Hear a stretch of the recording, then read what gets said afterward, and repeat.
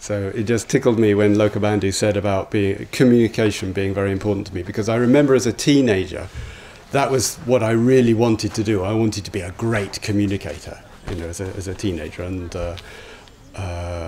my first attempts, my first attempts at that were very disappointing and very dispiriting. So, so anyway, it's come a long way since then.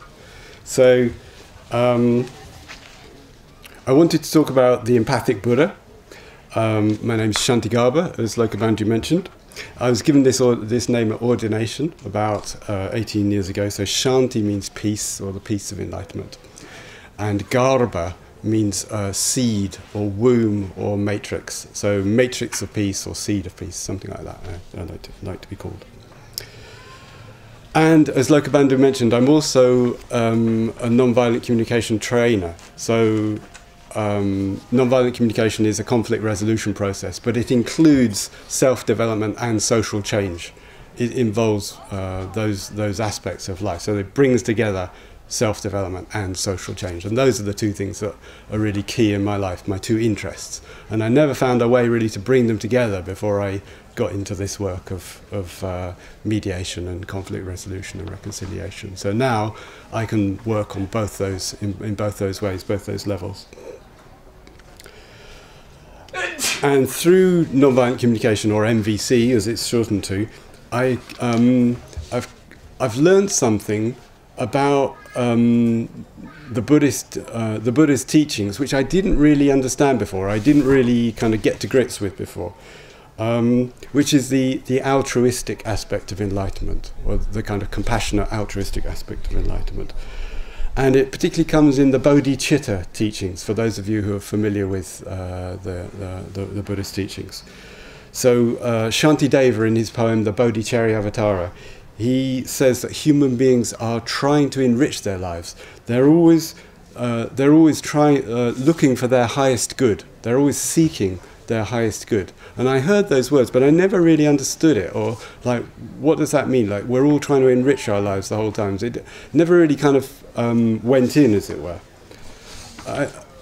Before I came across nonviolent communication, and then I started to get to grips with what that might mean, and how to embody that in my life, how that in understanding that whatever we do, we're trying to enrich our lives. We're seeking our highest good, and that's the same for me as it is for everybody. Yeah, and that's a very different way of looking at things from the way I used to look at things, and it's much richer and brings me more connection.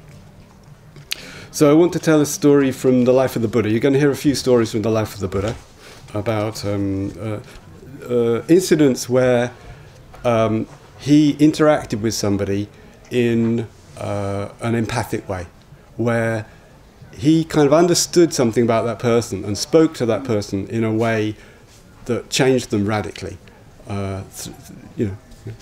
So I'm going to tell a story. Some of you will be familiar with it. It's a story of Kissa Gotami.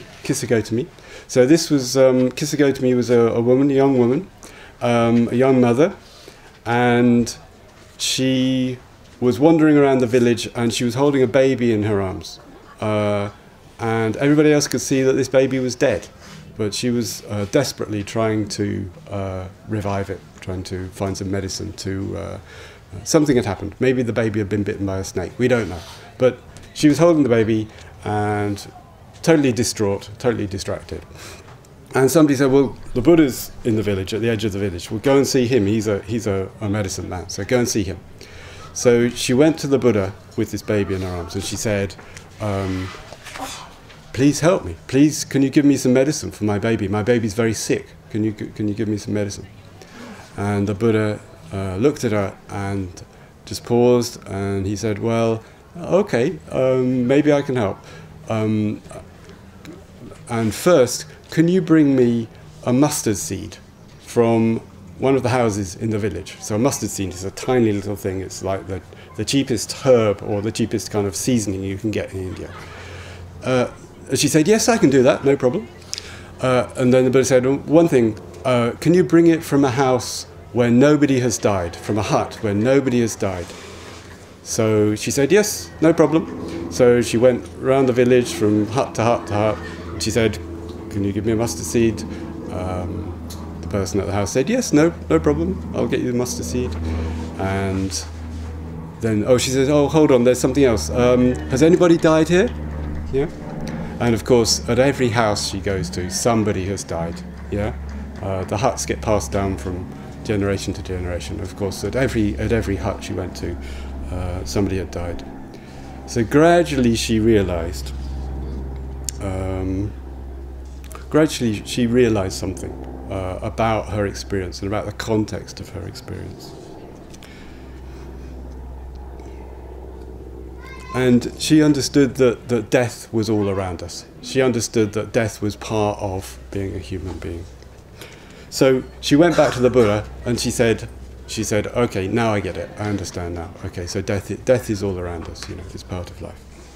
So the Buddha just nodded, and then she said, I want to go for refuge to the Buddha. I want to join your sangha as a lay follower of the sangha. And then she became a nun later on. So, now this story, what's interesting to me about this story is what the Buddha didn't say, okay? What the Buddha didn't say. So, the Buddha didn't say, mother, everything is, because he would have addressed her as mother. Mother, everything is impermanent. Your baby is dead. Go and bury him. He did not say that, okay? Yeah? Which he could have done. It would have been, that would have been a sensible, straightforward, obvious thing to say. Yeah?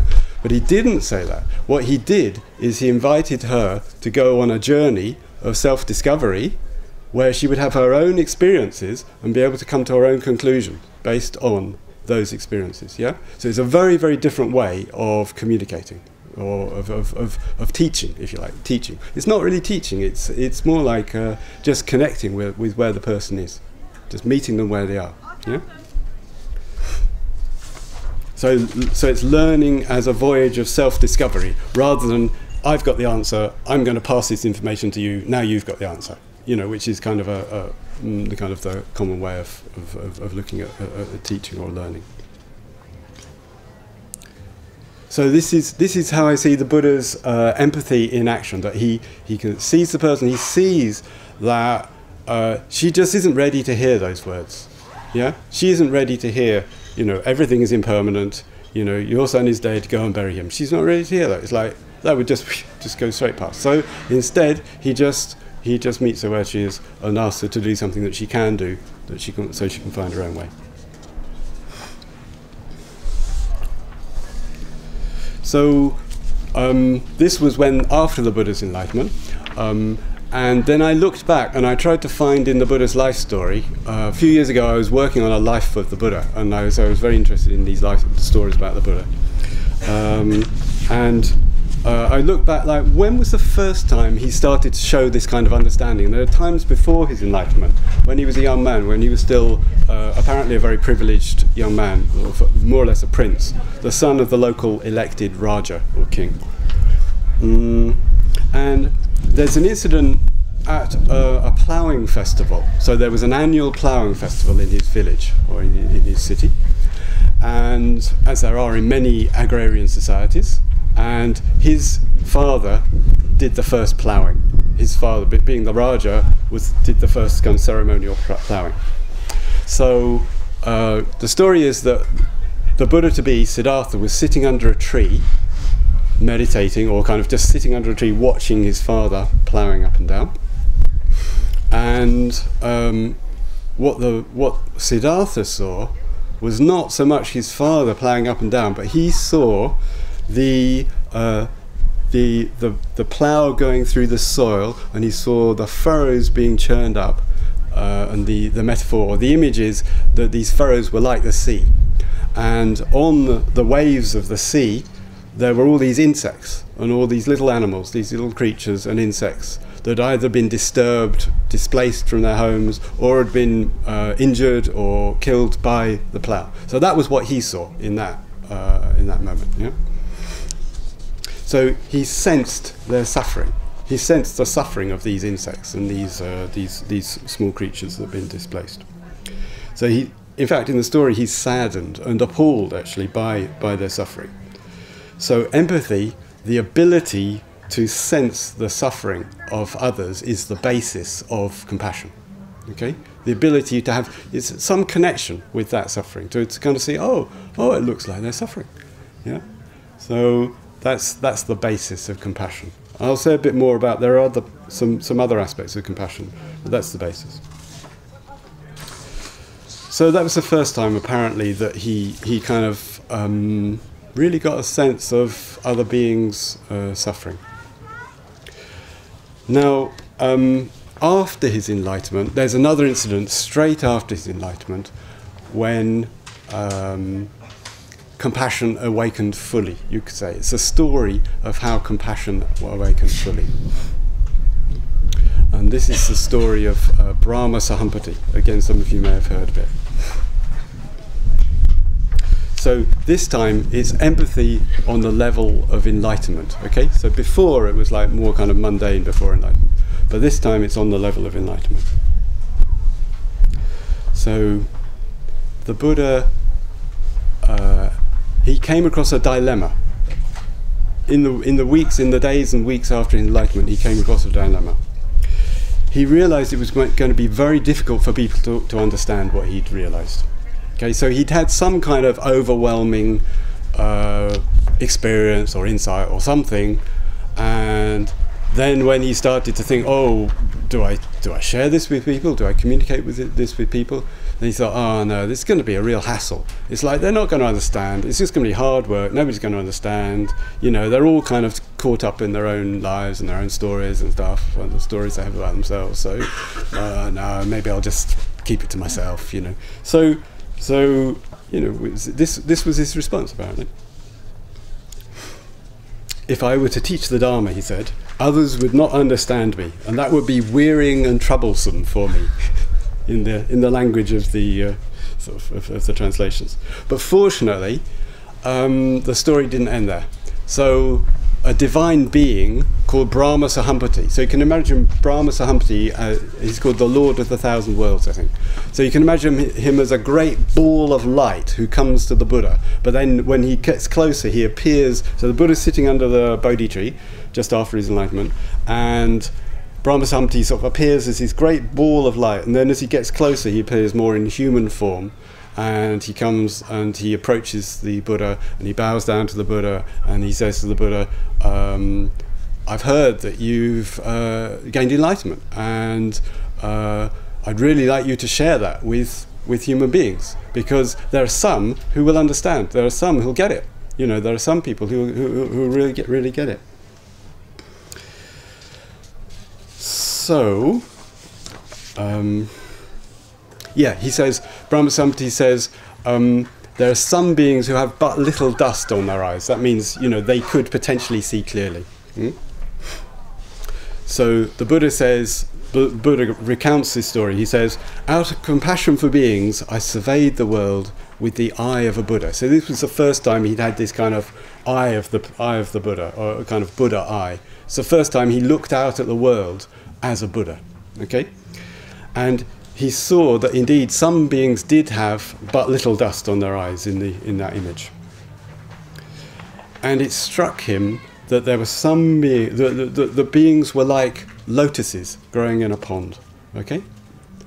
This is the image. It's like he looked out. If you imagine, close your eyes, he imagined he looked out over humanity or at humanity, and he saw, the image came up of lotuses in different stages of development. So some blue lotuses, some red lotuses, some white lotuses growing in a pond. Some were still growing in the mud. Some were still in the mud at the bottom as buds. Some were growing in the water and had flowered in the water. And some were above the water and were flowering above the water. So he saw that there was kind of potential for human beings to grow. So he saw human beings in terms of their spiritual potential, their potential for growth and development, you could say. Yeah? So each one of us is reaching up, reaching out for something. Reaching perhaps for a different way of being, perhaps reaching up towards the light, you could say. Perhaps a sense of wholeness, or a sense of meaning, or a sense of freedom, whatever it is, you know, that these flowers, these lotuses were looking for. So, with this vision of humanity in terms of their spiritual potential, the Buddha was moved to compassion and decided to communicate what he'd discovered. So he said, open for them are the doors of the deathless. Okay, so the deathless is like nirvana, is a synonym for nirvana. Open for humanity are the doors of the deathless. And then he says, let those with ears, let those whose ears are open now show their faith or their confidence. So just explore in that with some confidence that there's something there about enlightenment, something to be discovered. So Brahma Sampati was satisfied with the Buddha saying this. He was satisfied that the Buddha was now actually going to share what he'd learned. So he bowed to the Buddha and he left. So immediately after the Buddha's enlightenment, we have this image, this vision. We could say this empathic vision of humanity in terms of its spiritual potential. And this is the vision that awakens the Buddha's compassion. It's the turning point where his compassion is awakened and leads him to sharing his realizations.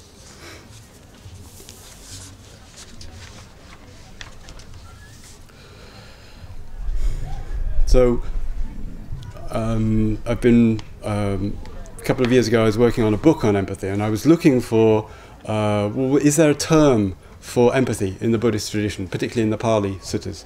There isn't an exact term for empathy. It seems like empathy is an aspect of a number of different things. There isn't a precise term for empathy, but there is a term, a word which is used to describe the Buddha, which comes very close. So I'll tell you about that. So there's a traditional description of the Buddha. This is from the Anguttara Nikaya. So this is a very traditional, repeated description of the Buddha. Monks or bhikkhus. There is one person who was born and comes into the world for the welfare and happiness of the people out of compassion, and the word is anukampa. Anukampa, I'll come back to that. Out of compassion for the world, for the benefit, welfare and happiness of gods and human beings. Who is that person? The Tathagata, the worthy one, the fully and completely enlightened one. So, the Buddha. So, according to this passage, the Buddha appears out of compassion for the world. The Buddha appears in the world out of compassion. And the word is anukampa. So, this is a different word from the usual word for compassion. The usual word for compassion is karuna. You probably know this word.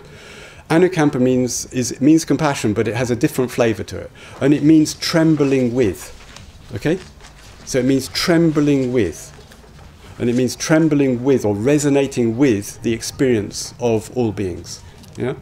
So that seems to me like that's empathy on the level of enlightenment. That you're trembling with or resonating with the experience of all beings. You're resonating in the sense you're feeling it, you're sensing it with your body, the experience of all beings. The highs and the lows, the ecstasies and the despairs of all beings. You have some resonance with that. You have some connection with that. It's not just an idea of connection. It's actually a bodily connection. So this seems to me empathy at the level of enlightenment. What we might mean by empathy at the level of enlightenment. So empathy is the anukampa aspect of compassion. It's the trembling with, the resonating with aspect of compassion. It's meeting people where they are, like Kisagotami, rather than where we want them to be, or where we think they should be. Yeah? So it's meeting people just where they are. That's what empathy is about. Yeah? In terms of mindfulness, it's external mindfulness. It's mindfulness of other people's. It's a mindfulness. It's not just an intellectual understanding. It's a real sense of other people, a sense of their experience. And in terms of the Brahma Viharas, so these are the kind of how can I say? They're called the divine abodes. But these are things like loving kindness, compassion, sympathetic joy, and equanimity. In terms of those, empathy is an aspect of each one of those. Okay? So it's not a separate one, it's an aspect of all of them. So it's an aspect of metta, it's an aspect of karuna, it's an aspect of mudita, it's an aspect of upekkha.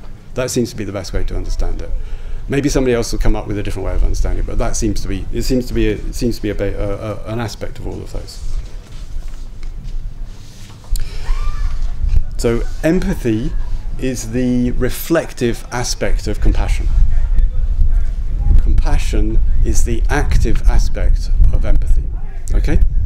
Empathy is the reflective aspect. It's the part where it's the understanding part. It's the resonating with part. And then compassion is when you act on that. Yeah? Compassion includes action. In a sentence, empathy is a compassionate understanding of others' experience. Okay, so empathy is one of a number of choices to embody compassion. Okay? Empathy is one of a number of choices. It's not the only choice we have to embody compassion, to communicate compassion. So it's not the only choice the Buddha had. He could have chosen to embody his compassionate intention by choosing just to stay connected with himself, which he often did. He would just remain silent, he'd just stay connected with himself. Yeah? He could have expressed himself to other people, which he often did again. So we don't always need to empathize in order to be compassionate. We have some choices there. And to illustrate this, I've created a kind of a map of those choices, which I've got over here. So I call this the tree of compassionate connection. So it's a tree. At the center of the tree, the heartwood is compassionate connection. That's the intention. That's the heartwood of the tree. The roots down there, under the ground, the roots are self-compassion or self-empathy. Okay, that's the roots, as I see it. I mean, and if you do the metta bhavana, if you do like developing loving kindness, usually you start with yourself. So developing metta, loving kindness towards yourself. So the roots are self-empathy or self-compassion.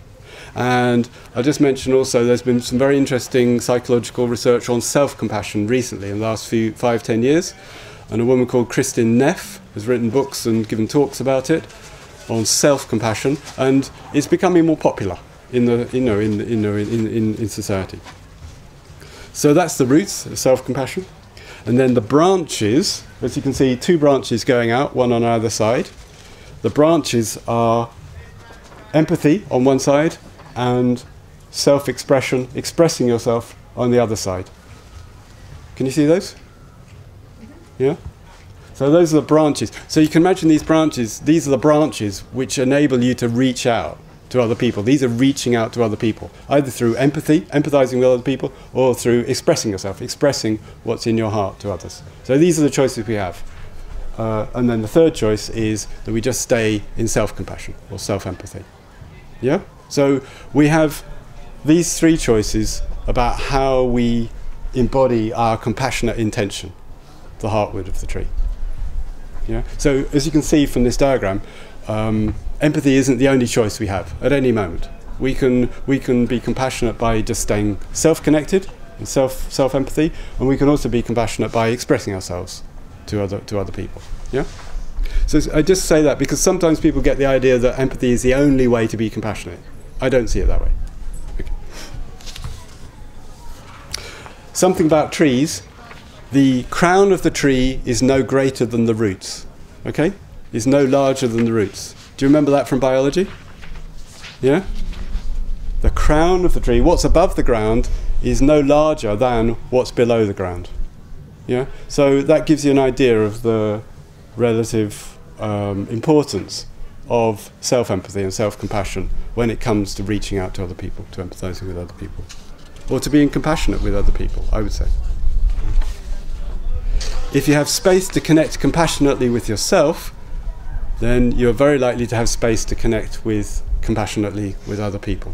That's the one-liner.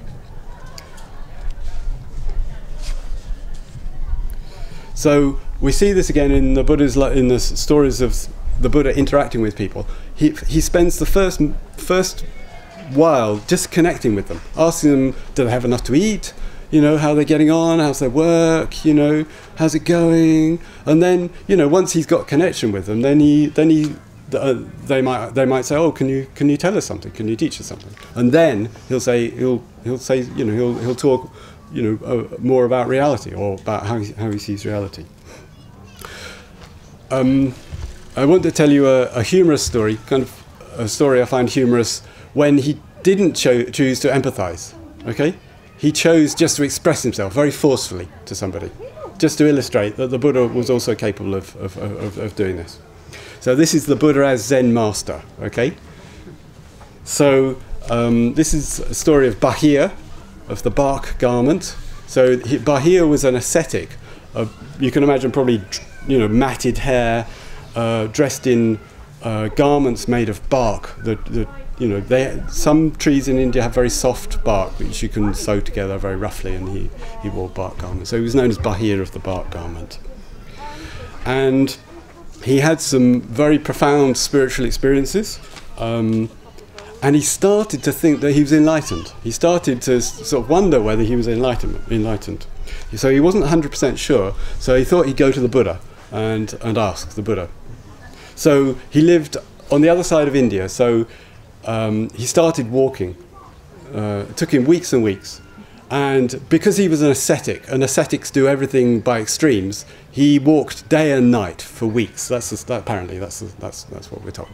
Yeah. So he did everything in an extreme way. So he walked for weeks and weeks, and he got there where the Buddha was staying. He finally arrived there, and the Buddha's disciples told him that the Buddha was on his arms round. So this must have been the morning. It must have been in the morning, and the Buddha was on his arms round, walking from house to house, or from hut to hut around the village, collecting food for the day. And it was the Buddha's practice to remain silent during this time, not to speak, just so he could concentrate on what he was receiving, and also not get into, that's not very nice, or that's not enough to eat, or, you know, that's not enough to feed me, or it's like, well, she gave me curry yesterday and now it's like she hasn't got anything today. So he just remained totally silent during that time, okay, as a practice, to cultivate equanimity towards whatever went into his bowl. Yeah? And there's a lovely description of the Buddha on this occasion. He was pleasing, lovely to see, with calmed senses and tranquil mind, attained to perfect poise and calm, controlled, a perfected one, watchful, with restrained senses. So I don't know if you can imagine a figure moving from hut to hut, just totally collected, totally present in every moment, just doing one thing at a time, moving from hut to hut in silence.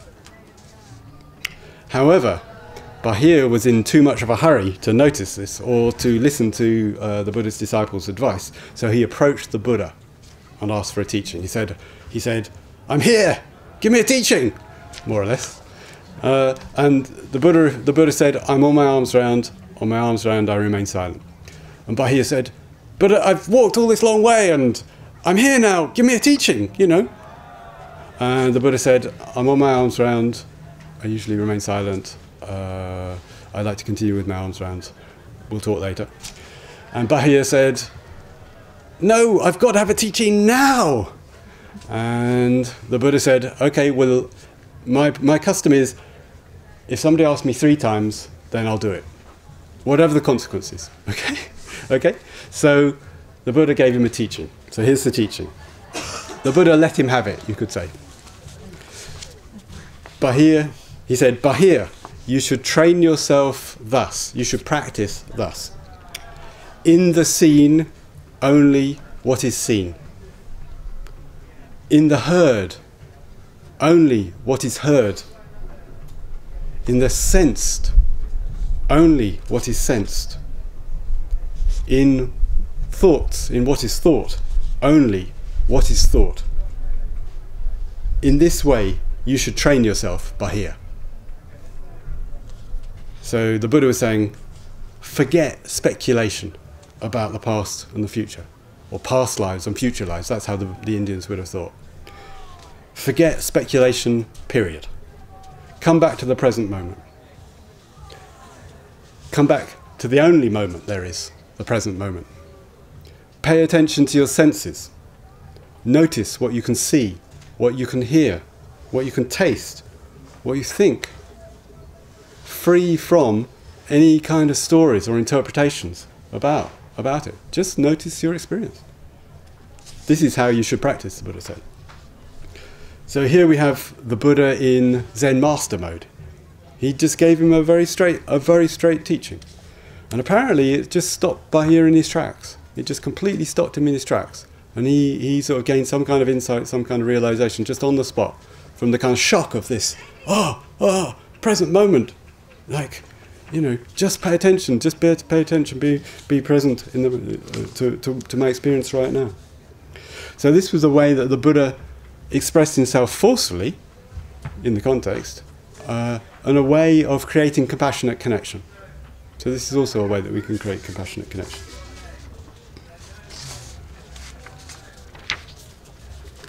And I can't help but tell you a little joke about this story. So Bahir, I think one way of saying what the Buddha did is he basically just told the Buddha, he just told Bahir that he was barking up the wrong tree. Okay? Sorry, can't help it. All right. Okay, so why is empathy important? Why is empathy important? Empathy is important because it's a way of creating compassionate connection. So this was the missing piece of metta, of loving kindness and compassion for me.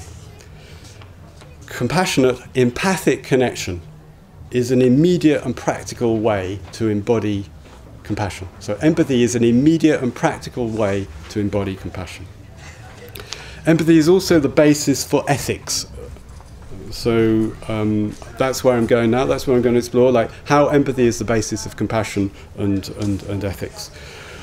So there's a story in the Pali Canon. So change the scene now. Now you've got to imagine it's the upper story of a palace. Okay, it's the king and queen, King Pasenadi and his queen Malika, and they're sitting on the upper story of their palace. Now you've got to imagine that in India at this time of the Buddha, there were brick-built buildings were very rare, and buildings with 2 stories were even rarer. So this was a proper palace. Okay, and they're sitting there in the evening, Pasenadi and Malika, and they're reflecting. They're very reflective apparently. And King Pasenadi asks Queen Malika, he says, Malika, is there anyone dearer to you than yourself?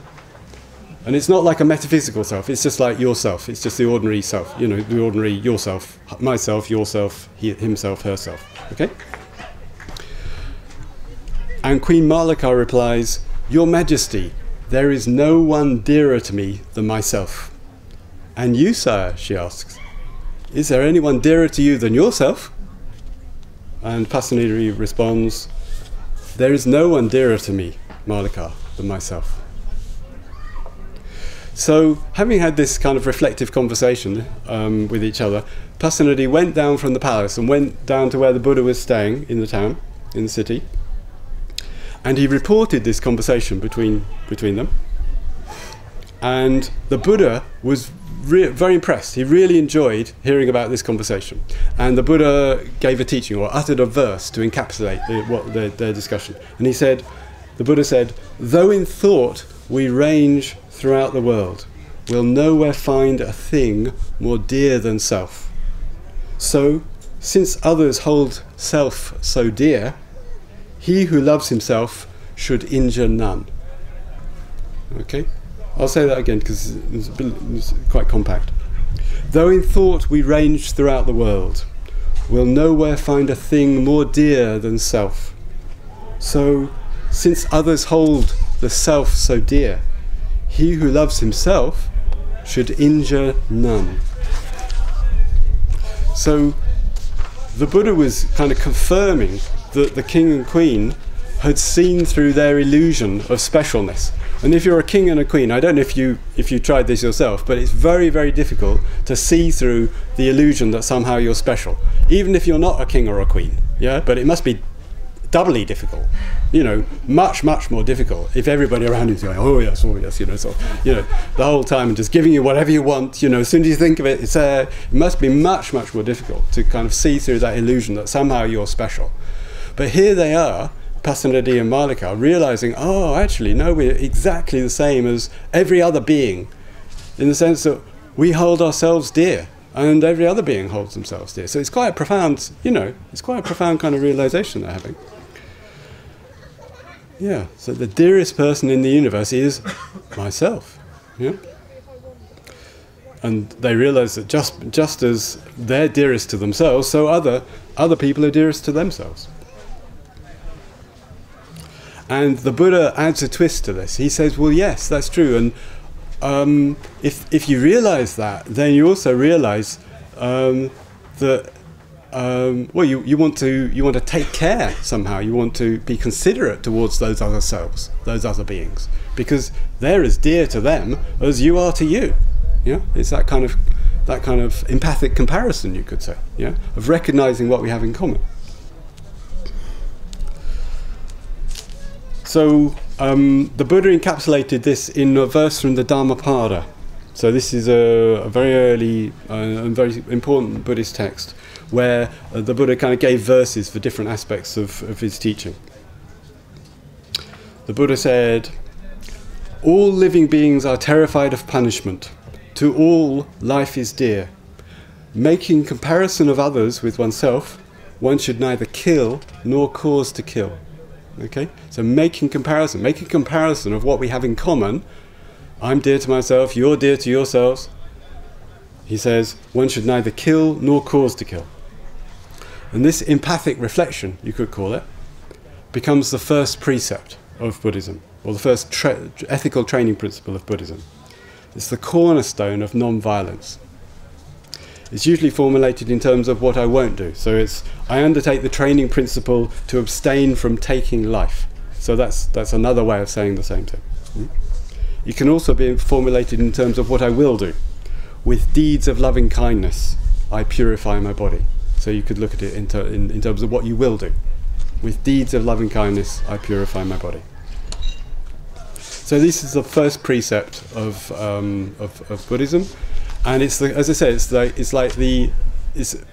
probably the most important precept, ethical training principle, because it informs all the other training principles. And we can even extend this kind of imaginative identification, this imaginative empathy, to all beings. In fact, to life itself, and feel a sense of solidarity with all of life. And in a recent paper by Subhuti, in conversation with Sangharakshita, Ogun Sangharakshita, he says, it's important for us to rediscover this capacity for empathy with the life around us, because it is the true basis of ethics. So empathy is the true basis of ethics. This sense of solidarity with all life is the true basis for ethics. Now, I'm totally at home there. I don't know about you, but it's like, you know, that is my life. That is what my life is about. And I'm just very happy that it's kind of there in the Buddhist tradition and that I can just feel so at home with it. Ethics is to do with feeling solidarity for life. And ethics is based on connection and imagination. Connection is the empathy part, that we feel a connection. And it's also that we can imagine the experience of other people. We can imagine their experience, and we can imagine the consequences, the likely consequences of our actions on other people. So it's about connection and imagination, and that's empathy. Yeah.